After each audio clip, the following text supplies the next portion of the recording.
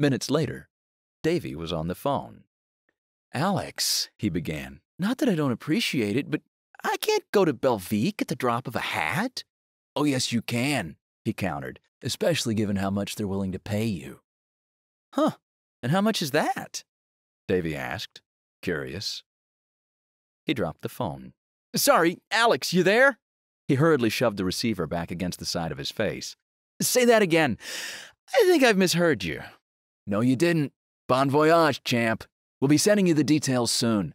I'll work with Fitz and we'll get ready to test this thing from our end when you get yours up and running. I don't have to tell you that this has to go right the first time." "You can say that again," breathed Davy. "Government work, huh? What is it, an embassy? Port authority? Communications office?"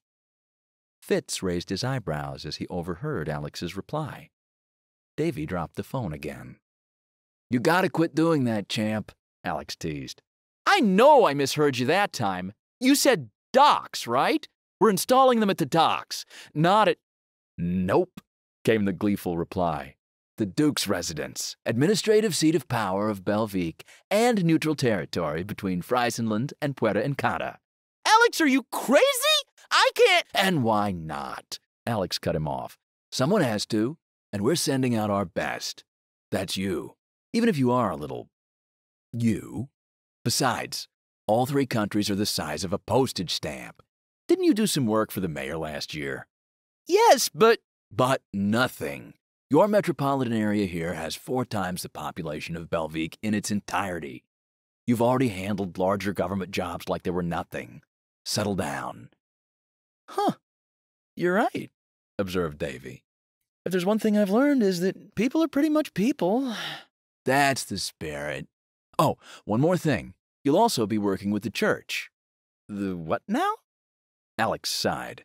"The Genovian church. They were the lowest bidder. Worship some goddess or something.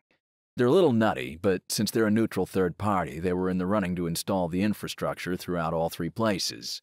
Apparently, they clocked in at a quarter of the cost of everyone else because they insisted on paying the laborers themselves.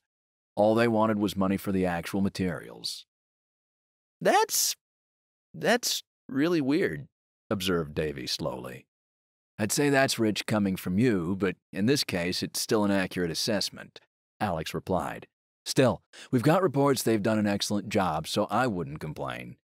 Keep an eye out and let us know if anything's shoddy. We can't have that, and you're the one who could spot it," Alex said. "Now wait a minute. You're talking like I've made up my mind to go," Davy objected. "Haven't you?" asked Alex. "Alex," he began, "Millie and I have 2 small children to take care of. Millie's got a business to run, just like I have." "Bring them with you," Alex exclaimed expansively. "Verity Corp will cover a stipend for babysitting. And anything else you'd want, come to think of it. They want this done right, and they want it bad, Davy." I don't know. I need to run this by Millie." "Get her. And while you're getting her, chew on this. Those kids of yours may or may not want to go to college someday. But if they do, this little vacation could cover it twice over. Which is good, seeing as how there's 2 of them.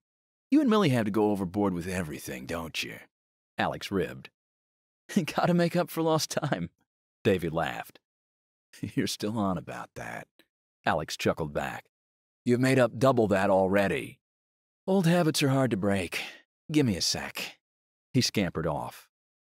Davy returned a moment later, Millie in tow. She picked up the phone. "Okay, Alex," she said, matter-of-factly. "Explain to me what's going on, because the way I hear it from Davy, Verity wants to pay us a small fortune to go on vacation for a week." "Pretty much," Alex confirmed.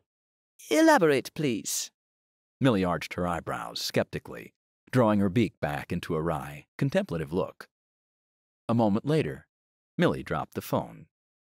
"You 2 have to stop doing that," Alex insisted. "Do you think the twins are old enough to travel?" Millie asked Davy worriedly. He shrugged.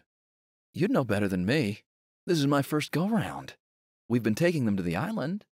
"Yes, but that's only 7 hours," she reckoned. "Belvique is 12, Davy supplied. "Plan for a stop, and it could work." "Huh," Millie said thoughtfully. "And," cut in Alex, muffled over the phone,